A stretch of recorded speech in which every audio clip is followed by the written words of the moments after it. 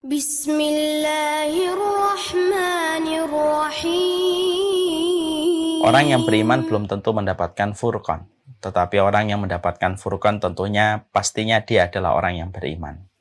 Furqan itu merupakan buah dari perjalanan ketakwaan dan perjalanan keimanan yang begitu panjang di dalam ketaatan dan menghambakan diri kepada Allah secara jujur, bukan dengan dusta dan bukan dengan kebodohan.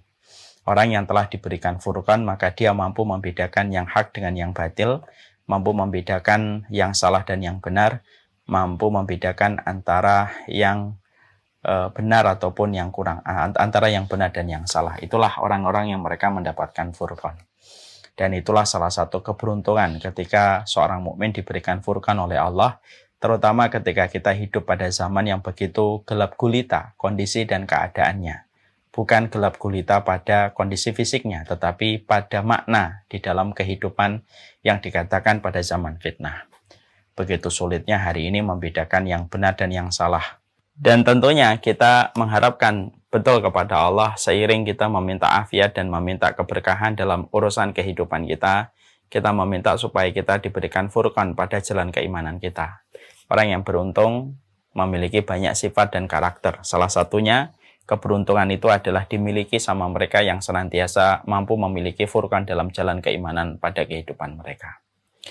Alhamdulillah, tentunya senang sekali kita pada kesempatan malam kali ini kita berjumpa kembali pada setiap kajian rutin yang kita adakan setiap Rabu malam. Dan tentunya senang sekali pada kesempatan malam kali ini Allah memberikan kelonggaran, memberikan kesempatan kepada kita.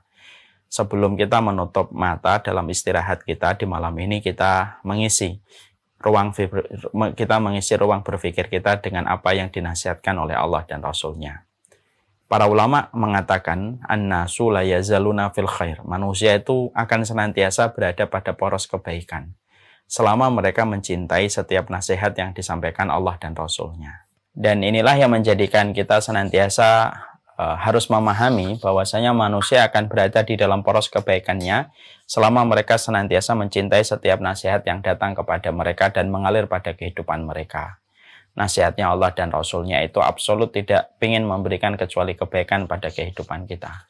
Semoga kita, istri kita, suami kita, anak-anak kita senantiasa mencintai setiap nasihat yang disampaikan Allah dan Rasul-Nya. Dan semoga kita diberikan hati yang lapang, lebih besar daripada setiap ilmu yang datang dalam kehidupan kita, karena hati yang selamat adalah hati yang lapang di dalam menerima setiap nasihat yang datang dari Allah dan Rasul-Nya, siapapun yang menyampaikan, kapanpun kita mendapatkan nasihat itu di masa tua ataupun di masa muda, dan itu pasti akan memberikan keberkahan dalam kehidupan kita.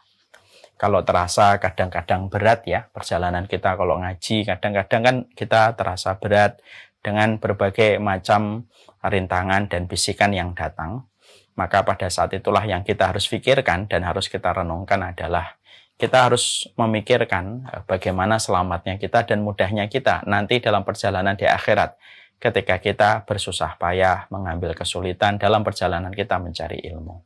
Dan sesungguhnya kesulitan kita mencari ilmu hari ini tidak sebanding dengan kesulitan para ulama terdahulu ketika mereka mencari ilmu.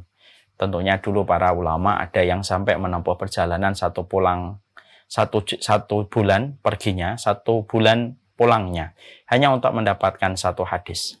Dan inilah yang menjadikan kita hari ini bersyukur betul. Semoga ilmu yang kita dapatkan adalah ilmu yang betul-betul membawa kebaikan untuk kita.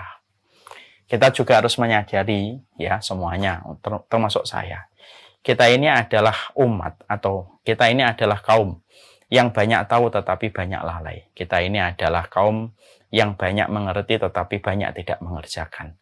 Dan kita merupakan kaum yang banyak membaca tetapi tidak mengambil iktibar dan mengambil pelajaran. Nah, inilah yang menjadikan kita seiring kita bersyukur atas nikmat ilmu yang Allah berikan kepada kita.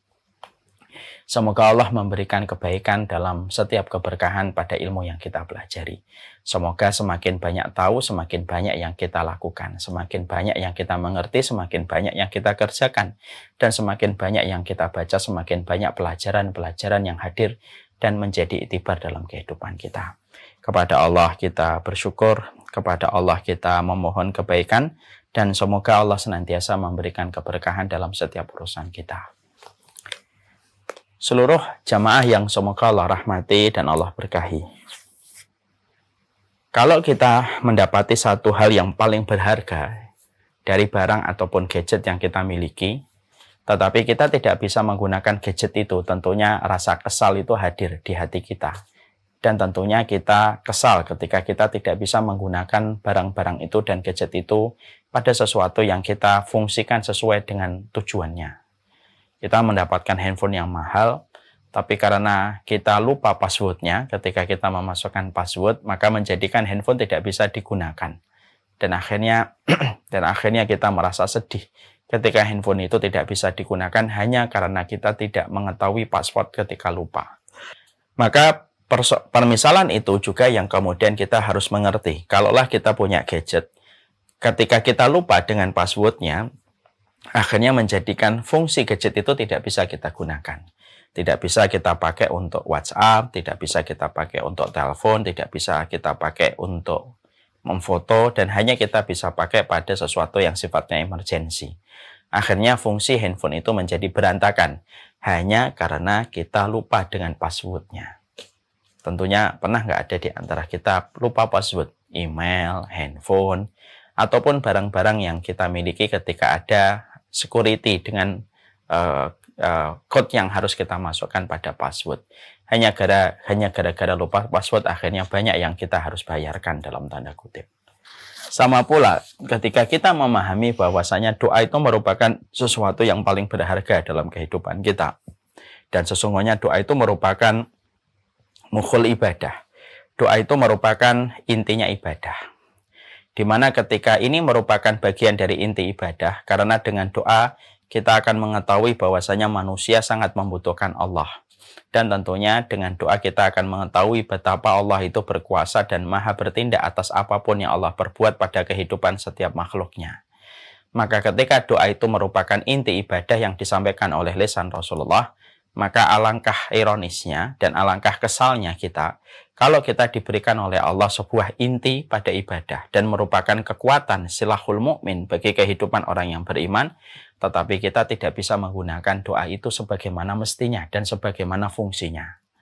Kita hanya berdoa tetapi kita tidak tahu cara berdoa, dan akhirnya banyak sekali kebaikan-kebaikan yang harusnya kita peroleh luput dan terlewatkan dari kita hanya karena kita lalai di dalam kita berdoa dan memperhatikan bagaimana harusnya kita berdoa. Berapa banyak laki-laki menyesal di masa tua tidak mendapatkan anaknya solih. Kalau kita bedah persoalan dan permasalahan, bisa jadi karena dia jarang berdoa untuk anaknya. Bisa jadi kita melihat ada seorang ibu-ibu yang menyesal ketika melihat anaknya sudah besar, cuek kepada dirinya, lalai kepada perintah Allah gitu. Dan kalau dibedah persoalannya, memang penyebabnya banyak. Dan di antara penyebab itu salah satunya adalah karena dia tidak pernah mempergunakan senjata yang Allah berikan kepada dirinya, yaitu adalah mendoakan anak-anaknya, putra dan putri keturunannya. Inilah yang kemudian menjadikan kita akhirnya memahami betul bahwasanya lupanya kita kepada password pada gadget yang kita miliki, kekesalan kita, sedihnya kita, ironi yang kita peroleh, tidak akan sebanding dengan penyesalan besar ketika manusia tidak pernah mempergunakan inti ibadah dan senjata yang Allah berikan kepada kita bernama doa. Dan banyak di antara penyesalan-penyesalan di akhirat itu ya bisa jadi salah satunya karena kita tidak mengoptimalkan bagaimana doa. Padahal doa bisa menjadikan seseorang itu masuk surga. Doa itu begitu kuatnya sampai bisa menjadikan seseorang itu diharamkan dari neraka. Bukankah kita pernah mendengar sebuah riwayat di mana Rasulullah menceritakan kalau ada surga mendengar ada seorang hamba meminta kepada Allah dimasukkan surga 3 kali dalam satu hari, maka surga akan meminta kepada Allah supaya orang itu dimasukkan ke dalamnya. Kalau neraka mendengar ada manusia meminta perlindungan dari neraka sehari 3 kali, maka neraka meminta kepada Allah supaya orang itu tidak dimasukkan ke dalamnya. Loh, sampai surga dan neraka pun ketika mereka menghadapi doa yang meluncur ke atas langit tentang mereka, tentang surga dan neraka, ternyata surga dan neraka pun bisa meminta kepada Allah kebaikan dari orang yang berdoa ketika mereka meminta surga ataupun meminta perlindungan dari neraka. Itu menunjukkan kepada kita bahwasanya Jangan main-main dengan doa, karena doa itu hal yang luar biasa. Jangan main-main dengan doa, karena doa itu intinya ibadah.